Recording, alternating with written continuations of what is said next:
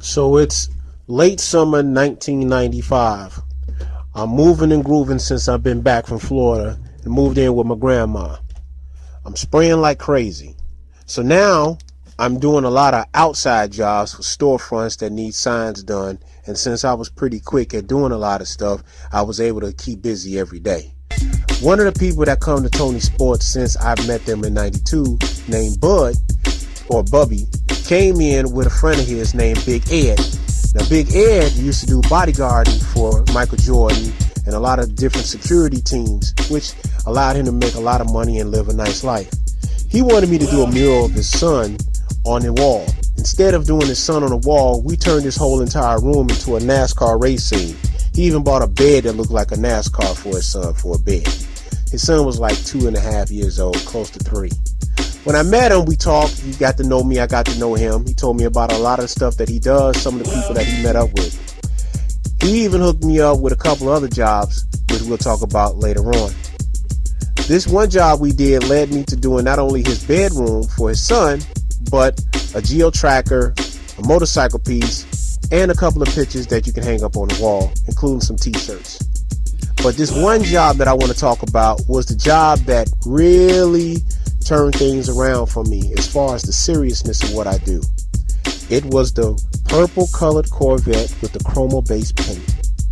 He wanted a real nice mural on the hood of his Corvette and on the sides.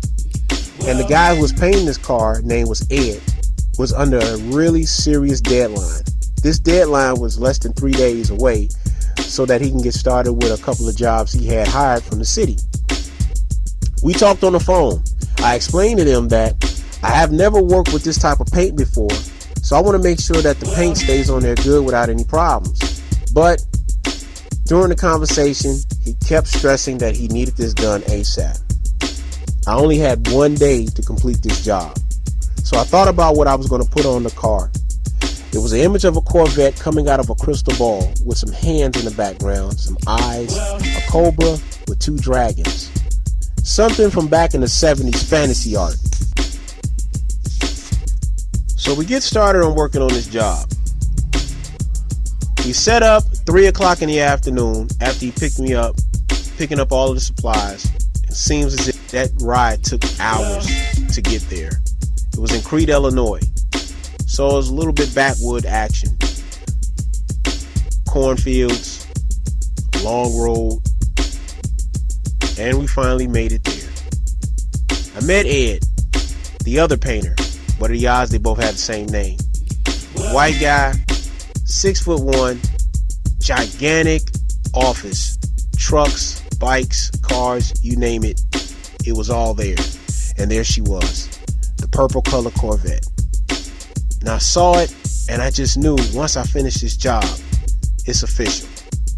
I know a lot of people are going to be calling me to do their work. I decided to do the job based off of Boris Vallejo and Joe Jusko designs. If you know anything about these guys, they're well known for fantasy art. They've done a lot of artwork for Marvel Comics, especially Conan the Barbarian and other characters such as X-Men, Spider-Man, the Hulk, you name it, they've done it. So when I did this design, I made sure that the Cobra was extremely detailed with the scales. You could see everything. The crystal ball and the Corvette busting out the crystal ball with the lights on so you could see the reflection. Lightning coming out the clouds, 2 dragons, and a pair of hands in the background with some eyes that look dead at you. I drew Ed's eyes in the picture. I finished it up, making it look like it was busting out of the Corvette, so with rips and tears. That job took me approximately 9 hours, from 6 p.m. to 3 a.m. in the morning. My hands were tired. I was really out of it. It took us about an hour to get back home, so by the time I got home, it was close to 5 o'clock in the morning. Trust me, I put my entire everything into this job. I was extremely proud of it. I was looking for this opportunity to network with other people and make some real money. And I thought that was going to happen. Until the next day. Remember when I told you I wanted to practice the job before I actually put it on this paint? Well, at first, when Ed put the clear coat on the bike, or shall I say, on the car, it came out good, no problems, until the very next day. They went to go back into the studio, and that's when I got the call.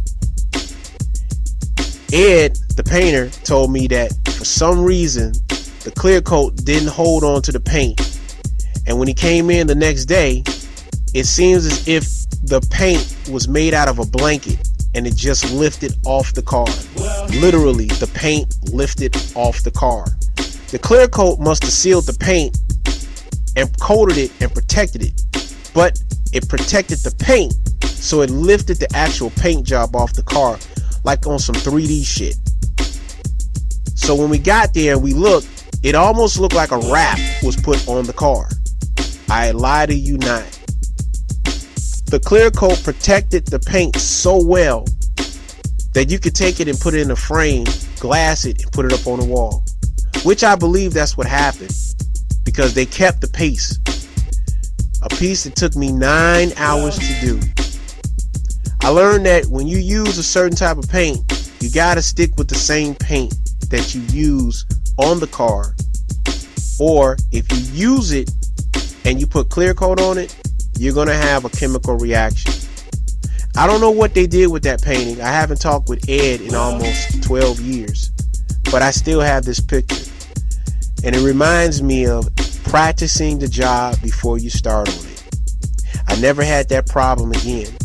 Unfortunately, I don't know what happened to Ed, but we did get a chance to do a couple of nice pieces on some bikes, and I got some good memories from him, and I appreciate him giving me a chance to do my thing. I love painting on cars and bikes, and he was one of the first people that gave me a chance to do that in Chicago. That's one of my bikes and car stories that you will hear later on. After that, I actually got to do a lot of cars, Impalas, Jeeps, trucks, you name it. And now I'm doing a lot more than I used to, but on a lot more heavier detail. And of course, I'm using the right paint this time. Ed, appreciate you big time for trusting me. I still do work for Ed. I've done a couple of tattoos for him also. That's another story. I'll hit you in a minute. Hope you like the picture.